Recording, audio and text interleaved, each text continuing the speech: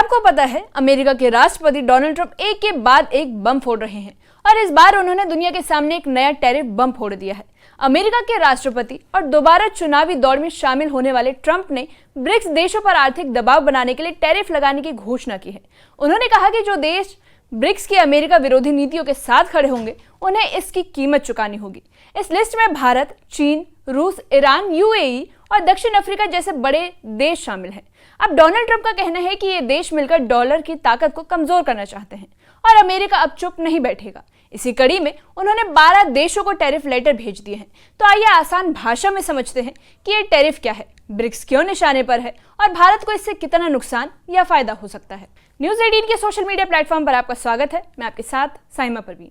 America के राष्ट्रपति Donald Trump ने अमेरिका के टैरिफ पत्रों की घोषणा कर दी है।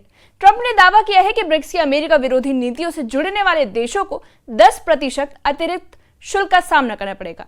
यह ऐलान उस वक्त आया जब ब्राजील में ब्रिक्स का शिखर सम्मेलन चल रहा था। भारत, रूस, चीन जैसे देश इसमें शामिल हैं। ट्रंप के इस ऐलान से दुनिया भर में व्यापारिक हलचल मच गई है।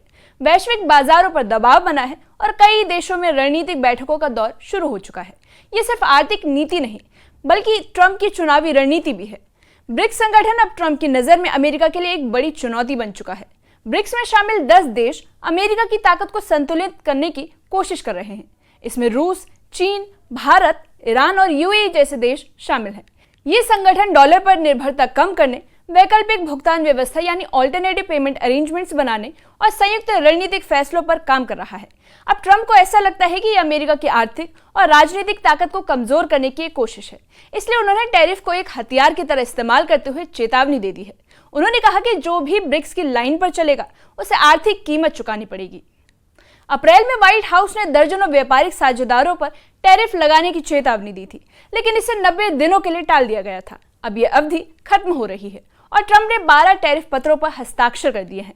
सोमवार को ये पत्र भेजे जाएंगे। ट्रंप ने कहा कि कुछ देशों पर टैरिफ 70% हो सकते हैं, यानी ये सिर्फ बेसलाइन 10% नहीं बल्कि अलग अलग देशों पर अलग अलग दरें होंगी।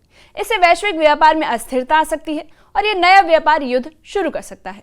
ये ट्रंप की पुरानी अमेरिका फर्स्ट नीति का ही एक विस्तार रूप है, लेकिन अब और ज्यादा आक्रामक रूप में दिख रहा है। भारत का नाम भी इस टैरिफ लिस्ट में शामिल है। ट्रंप ने भारत पर 10% बेस टैरिफ के साथ 26% तक शुल्क लगाने की बात कही है। हालांकि भारत और अमेरिका के बीच बातचीत सकारात्मक रही है और जून में ट्रंप ने कहा था कि भारत के साथ बहुत बड़ा समझौता संभव है। लेकिन ब्रिक्स में भारत की भूमिका और नरेंद्र मोदी यानी जो भारत के प्रधानमंत्री हैं उनकी उपस्थिति ट्रंप की रणनीति के केंद्र में है। वे भारत को आर्थिक दबाव में लाकर रणनीतिक लाभ लेना चाहते हैं। ये देखना दिलचस्प होगा कि भारत इस टैरिफ वॉर से कैसे निपटता है, कूटनीतिक वार्ता के जरिए या आर्थिक जवाब से। अब भारत का नाम भी उन देशों की सूची में है जिन पर अमेरिका टैरिफ लगाने जा रहा है। ट्रंप ने भारत पर 10% बेस टैरिफ और 26% तक शुल्क लगाने की बात कही। हालांकि हाल ही के सालों में भारत और अमेरिका के रिश्ते काफी सकारात्मक रहे। ट्रंप ने खुद कहा था कि भारत के साथ बहुत बड़ा समझौता होने वाला है, लेकिन ब्रिक्स में भारत की मौजूदगी और चीन, रूस जैसे देशों के साथ उसकी भागीदारी ट्रंप की नजरों में आ चुकी है। अब वो चाहते हैं कि भारत दबाव में आए और अमेरिका की लाइन पर चले। भारत को अब यह तय करना होगा कि वो कूटनीतिक वार्ता से इस टैरिफ संकट को सुलझाएगा या आर्थिक तरीके से जवाब देगा। ये चुनौती और अवसर दोनों मानी जा रही है। ट्रंप ने दक्षिण अफ्रीका पर 30% का सीधा टैरिफ लगाने का ऐलान कर दिया है। उनका ये कहना है कि अमेरिका का दक्षिण अफ्रीका के साथ व्यापार घाटा बहुत ज्यादा है और इस असंतुलन को खत्म करने के लिए टैरिफ जरूरी है। 1 अगस्त 2025 से अमेरिका में आने वाले सभी दक्षिण अफ्रीकी उत्पादों पर यह टैरिफ लागू होगा। यहाँ तक कि अगर सामान किसी और देश के जरिए ट्रांसशिप किया गया तब भी यह शुल्क लगाया जाएगा। ट्रंप ने यह भी कहा कि 30% की दर व्यापार घाटे के मुकाबले काफी कम है। जवाब में राष्ट्रपति रामफोसा ने कहा कि वे अमेरिका के साथ संतुलित व्यापार के लिए कूटनीतिक प्रयास जारी रखेंगे और उम्मीद है कि बातचीत के जरिए टैरिफ दरों में बदलाव किया जाएगा। ब्रिक्स के सदस्य देश दक्षिण अफ्रीका ने ट्रंप की टैरिफ नीति की सबसे पहली और सीधी आलोचना की है। राष्ट्रपति सिरिल रामफोसा ने कहा कि यह निराशाजनक है कि एक सकारात्मक अंतर्राष्ट्रीय मंच को अमेरिका नकारात्मक तरीके से देख रहा है। रामफोसा ने कहा कि ब्रिक्स का मकसद साझेदारी और विकास है, न कि किसी खिलाफ साजिश। उन्होंने कहा कि अमेरिका जैसे ताकत को इस तरह की धमकियों का सहारा नहीं लेना चाहिए और ये सहयोग की भावना को खत्म करने जैसा है। रामफोसा का बयान ये दिखाता है कि ब्रिक्स अब खुलकर ट्रंप की नीतियों के खिलाफ आवाज उठाने लगा है। ये सिर्फ आर्थिक मुद्दा नहीं बल्कि कूटनीतिक मोर्चा बन चुका है जिसमें अब देशों की विचारधाराएं टकराने लगी हैं।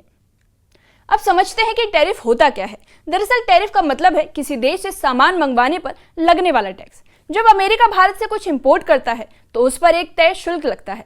इससे विदेशी सामान महंगा हो जाता है और घरेलू कंपनियों को इसका फायदा होता है। ट्रंप इसी टैरिफ को अब एक आर्थिक हथियार के रूप में इस्तेमाल कर रहे हैं। उन्होंने साफ कहा कि जो देश ब्रिक्स की अमेरिका विरोधी नीतियों में शामिल होंगे उन पर ज्यादा टैक्स लगाया जाएगा।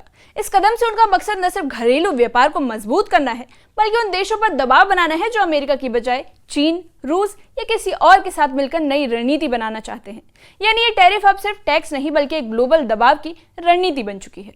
इस टैरिफ ऐलान के बाद दुनिया भर में हलचल है। कहीं वैश्विक मार्केट्स में गिरावट देखी गई तो कहीं देशों ने इमरजेंसी बैठकें बुलाना शुरू कर दी। साल 2018 में अमेरिका और चीन के बीच जो ट्रेड वॉर शुरू हुआ था उसका असर आज भी ग्लोबल इकोनॉमी पर देखा जा सकता है। अब फिर से ट्रंप ने वैसा ही कदम उठाया है। फर्क सिर्फ इतना है कि इस बार टारगेट सिर्फ चीन नहीं बल्कि पूरी ब्रिक्स के देश हैं।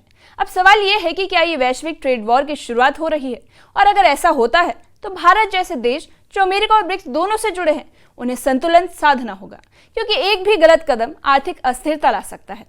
अब आपको ब्रिक्स और उसकी प्रतिक्रिया के बारे में बताते हैं कि जब ट्रंप ने टैरिफ लगाने की घोषणा की तो ब्रिक्स के देशों की प्रतिक्रिया क्या थी। ब्रिक्स एक ऐसा संगठन है जिसमें भारत, चीन, रूस, ब्राजील और दक्षिण अफ्रीका जैसे देश उभरते हैं। अब इसमें ईरान, यूएई जैसे देश और भी जुड़ रहे हैं।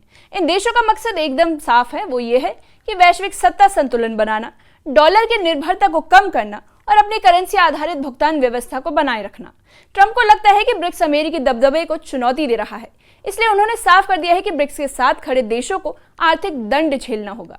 ये सिर्फ आर्थिक चिंता नहीं बल्कि अमेरिकी रणनीतिक ताकत को लेकर भी एक गंभीर चेतावनी है।